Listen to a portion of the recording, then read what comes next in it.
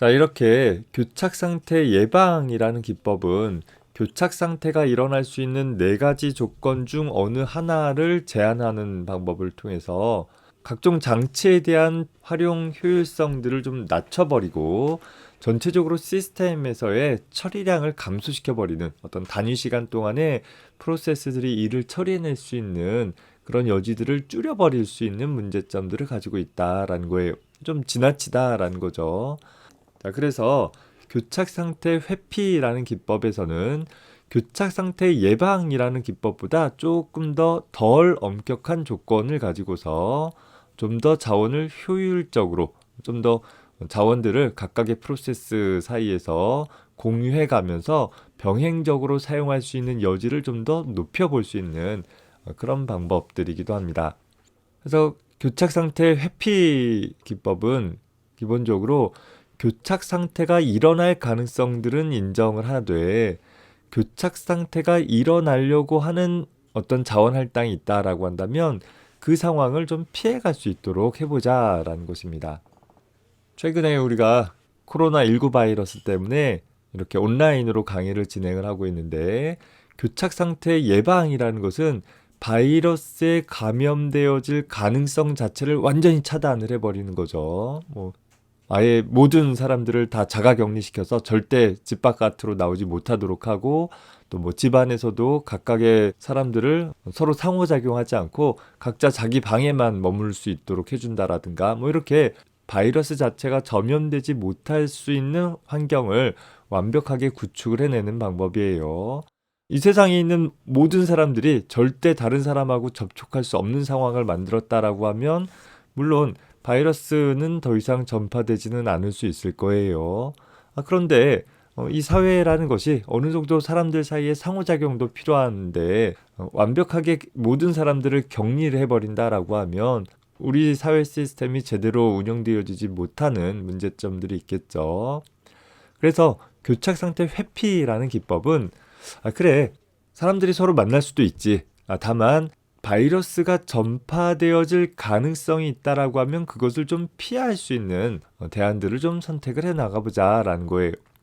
비유적으로 본다면 우리 사람들이 서로 완벽하게 만나지 않을 수는 없지만 사회적 거리두기라는 걸 통해서 만나는 횟수를 좀 줄인다라든가 혹은 만날 때에는 마스크를 착용한다라든가 인접한 영역에서는 오래 머물지 않는다라든가 혹은 만나고 나서는 적절하게 손을 씻는다라든가 이런 행위들을 통해서 감염이 일어날 경우들을 좀 피하는 방법으로 처리를 해주는 방법에 비유를 해볼 수 있을 것입니다.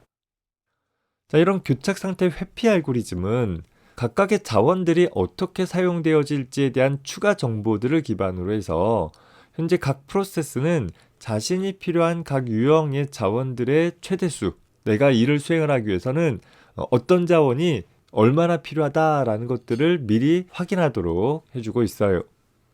바로 이 부분이 이 교착 상태 회피 알고리즘의 단점이기도 한데 하여튼 각각의 프로세스별로 각각의 필요한 자원들에 대한 요청과 해제에 대한 정확한 순서들을 미리 파악을 해서 각 자원을 요청하기에 앞서 현재 내가 대기해줘야 하는지 바로 할당받을 수 있는지 이런 것들을 확인을 해가면서 처리를 해줄 수 있는 알고리즘입니다.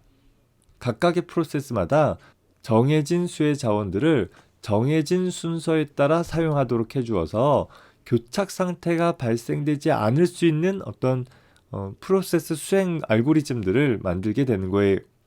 각각의 프로세스들은 각각의 자원들을 어떠한 순서대로 접근을 해줘야지만 시스템 전체적으로 교착 상태가 발생하지 않을 것인지를 미리 확인을 해가지고서 처리를 해보자라는 것이죠.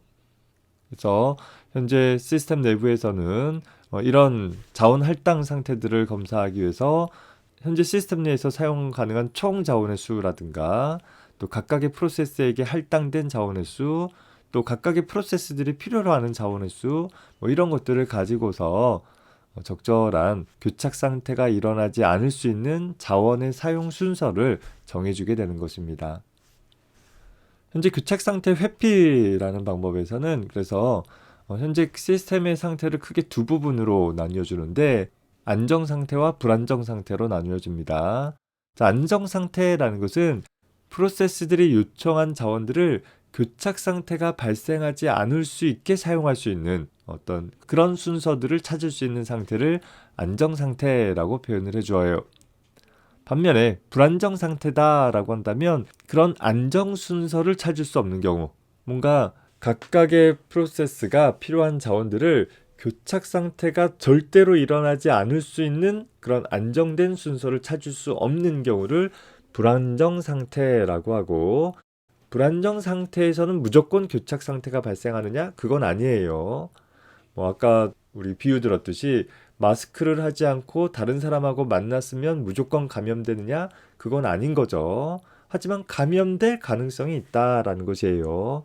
마찬가지로 시스템이 불안정 상태에 있다라고 한다면 완전히 교착 상태가 일어나지 않는다라고 보장할 수는 없지만 반대로 반드시 교착 상태가 일어난다라고 단정할 수도 없는 상태이다라는 거예요.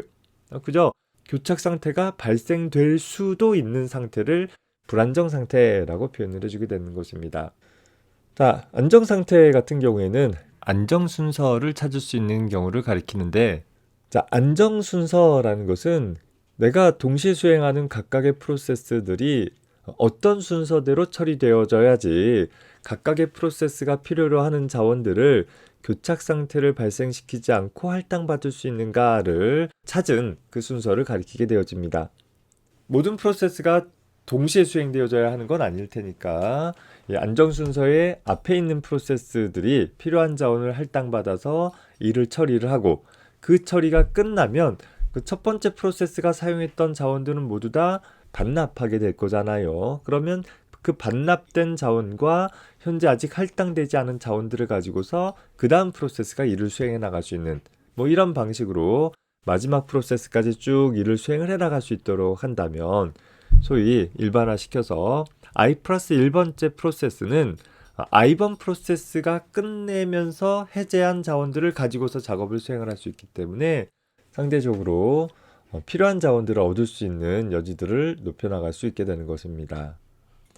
안정 상태와 불안정 상태를 그림으로 나타내 보면 다음과 같이 작성해 볼 수 있는 거예요.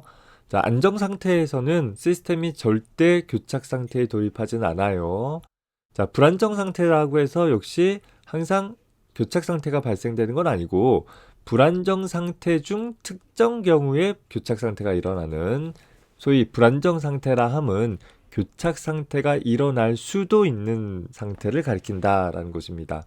따라서 시스템을 항상 안정 상태에 둘 수 있다라고 한다면 교착 상태가 일어날 수 있는 상황을 회피하도록 할 수 있는 그런 방법을 가리키는 것입니다. 초기 안정 상태에서 어떤 자원들을 요청하거나 또 그 요청된 자원들에 대해서 할당하고 또 대기하고 하는 여부들을 결정을 하기 위해서 내가 자원을 할당한 이후에도 여전히 안정 상태에 머물 수 있는지를 살펴보고, 여전히 안정 상태에 머물 수 있는 경우에 한해서만 자원 할당을 허용해주는 그런 방법입니다. 앞서서 봤던 교착 상태 예방 방법에 비해서는 다소 완화되어진 방법으로서 자원의 사용 여부를 조금 더 높여줄 수 있긴 하지만, 여전히 불안정 상태에 들어갔다라고 해서 무조건 교착 상태가 발생하지 않는데 아예 불안정 상태로의 진입을 막고 있으니까 자원들을 공유해서 사용하는 부분에 있어서는 여전히 효율성이 떨어지는 그런 방법 중에 하나이기도 하는 것입니다. 자, 기본적인 교착 상태 회피 알고리즘의 한 예를 살펴보도록 해보겠습니다. 현재 시스템 내에는 12개의 자원이 있고 3개의 프로세스가 존재한다라고 가정을 해봅시다. P012 3개의 프로세스가 있고 어떤 T0라는 시각에서 현재 각각의 프로세스가 필요로 하는 자원의 할당량은 각각 5개, 2개, 2개라고 가정을 해봅시다. 각각의 프로세스는 일을 수행을 할 때 필요한 전체 자원의 개수가 10개, 4개, 9개라고 한다면 일을 시작하면서 시작 때 모든 자원을 다 할당받고 시작하고 있는 상황은 아닌 상황인 것이죠. 자, 그러면 현재 전체 12개의 자원이 있는데 현재 보면 9개의 자원이 각각의 프로세스에게 할당되었고 따라서 3개의 여유 자원이 남아있는 상황인 것이에요. 현재 상황은 현재 T0라는 시각에서 현재 시스템은 안정 상태에 있는가를 살펴보기 위해서는 그 안정 순서를 발견할 수 있으면 되는 거예요. 자, 현재 3개의 자원을 P0에게 할당을 해보면 8개의 자원을 할당받았다 하더라도 최대 필요한 10개를 확보하지 못하게 되어지니까 P0는 이를 제대로 수행할 수 없겠죠. 그래서 P0는 처음에 현재 이 3개의 자원을 할당할 첫 번째 프로세스로 P0를 선택할 수는 없을 거예요. P2도 마찬가지로 3개 할당 받아봐야 전체 5개밖에 되지 않기 때문에 4개가 모자라는 상황이 될 거예요. 자, 반면에 P1이라는 프로세스는 현재 4개 필요한 상황에서 2개 할당되고 있으니까 현재 시스템에서 남아있는 3개의 자원 중에서 2개를 P1에게 더 할당을 해준다라고 하면 P1은 자신이 이를 수행을 할 때 필요한 모든 자원을 획득하게 되겠죠. 그래서 이를 끝까지 끝마칠 수 있게 된다라는 거예요. 자, P1이 이를 끝마치고 나면 이제 P1이 획득한 4개의 자원을 모두 다 해제해 주게 되겠죠. 자, 그렇다라고 하면 아까 여유분 하나 남은 상태이고 P1이 해제해 준 4개가 있는 것이고 총 5개가 있는 거잖아요. 그 총 5개의 자원을 가지고서 P2에게 할당을 해보면 총 7개밖에는 안 되어지니까 여전히 수행하지 못할 거예요.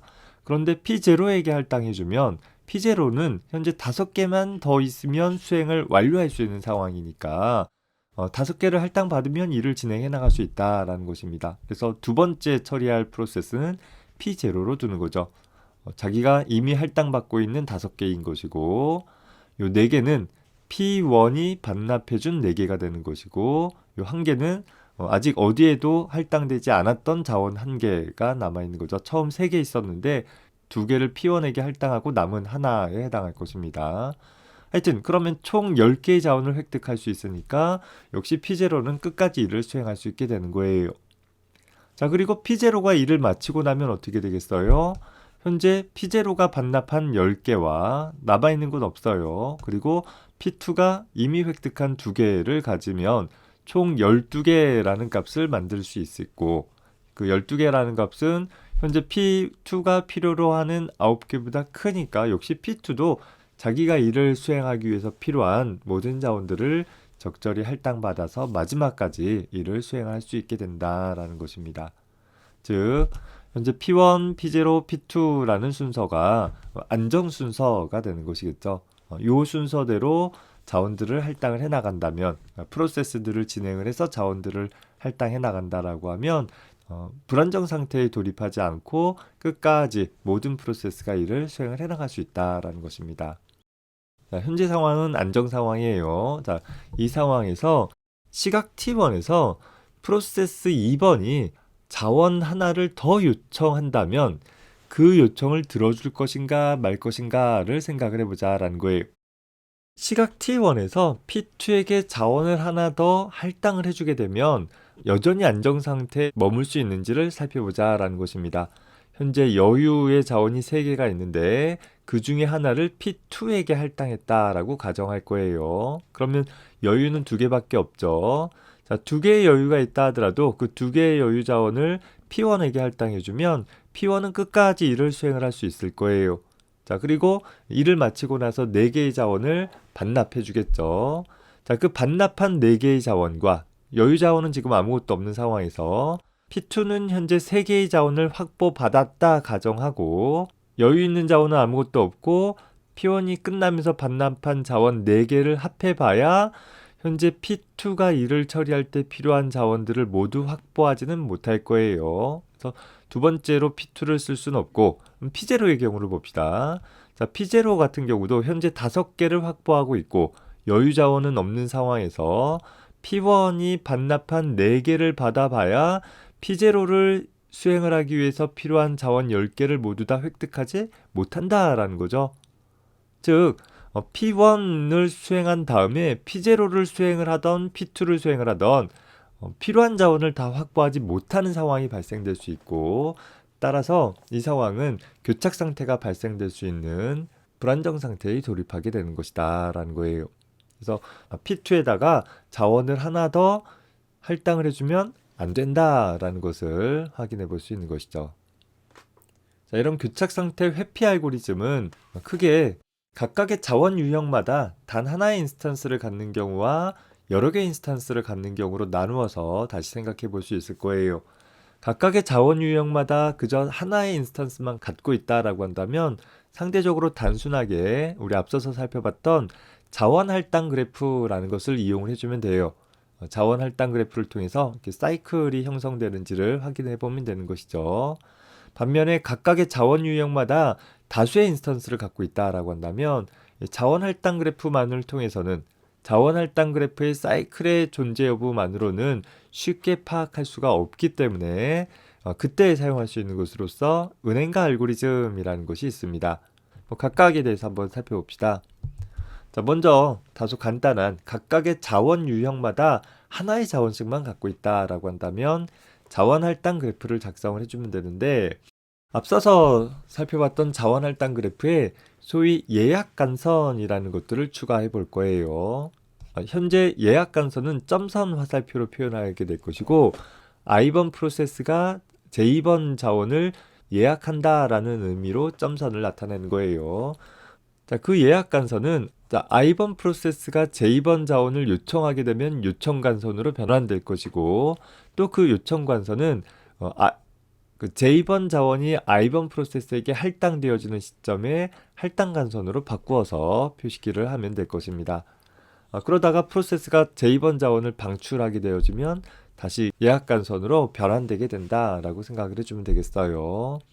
그래서 자원 할당 그래프를 보면 각각의 프로세스가 실행되기 전에 모든 예약 간선들을 자원 할당 그래프에 미리 표기를 해놓게 되는 것입니다. 각각의 프로세스가 어떤 자원이 필요할 것이다 라는 것들을 먼저 기술을 해놓는 것이죠. 자, 그리고 특정 시점에서 프로세스가 자원을 요청을 할 때 각각의 예약 간선을 기반으로 해서 할당 간선으로 변환을 해도 사이클이 형성되지 않을 때만 요청을 허용하는 형태로 사이클이 발견되어지면 요건을 충족할 때까지 대기해야 할 것입니다. 예를 봅시다. 현재 P1, P2라는 두 개의 프로세스가 있고, P1은 R1이라는 자원을 할당받은 상태이죠. P2는 R1을 요청하고 있는 상태인 거예요. 자, 이 상황에서 R2라는 자원에 대해서 P1도 P2도 모두 다 예약 간선을 통해 이 자원이 필요로 한다라는 것을 나타내주고 있어요. 자, 만약에 이 상황에서 우리가 P2가 R2의 자원을 할당받을 수 있도록 이 예약에 대한 요청을 처리를 해주게 되면 다음과 같은 그림이 되겠죠. 즉, 예약 간선 부분을 할당 간선으로 바꾸었을 때 P1이 R2를 요청하게 되어진다면, 자, 그러면 전체적으로 하나의 사이클이 형성될 수 있는 구조가 되잖아요. 그렇다면 프로세스 P2가 P1보다 자원 R2를 먼저 할당받게 되어지면 불안정 상태로 돌입할 수 있다라는 것을 가시적으로 나타내주게 되는 것입니다. 그래서 결과적으로 이 요청은 받아들이면 안 되는 거죠. 지금 당장은. 대신 P1이라는 프로세스가 R2를 사용하겠다라는 요청을 받아들여주게 되면 이제는 어떻게 되어져요? 여기까지 가고 화살표가 1로 향하지 않으니까 사이클이 형성되지 않잖아요. 그러면 P1에다가는 R2를 할당해 줘도 된다라는 것을 명시적으로 확인해 볼 수 있는 것입니다. 그럼 P1 입장에서 R1, R2를 다 할당받을 수 있고, 거기에 따라 일을 진행해 나간 다음에 일이 끝나면 R1도 R2도 다 반납해 버리고, 그 반납된 자원을 가지고서 P2가 할당받아서 일을 처리해 주면 되겠죠. 즉 P1이 먼저 처리하고 P2가 나중에 처리하는 방법으로 일을 수행하면 되는구나 라는 것을 확인해 볼 수 있는 것입니다.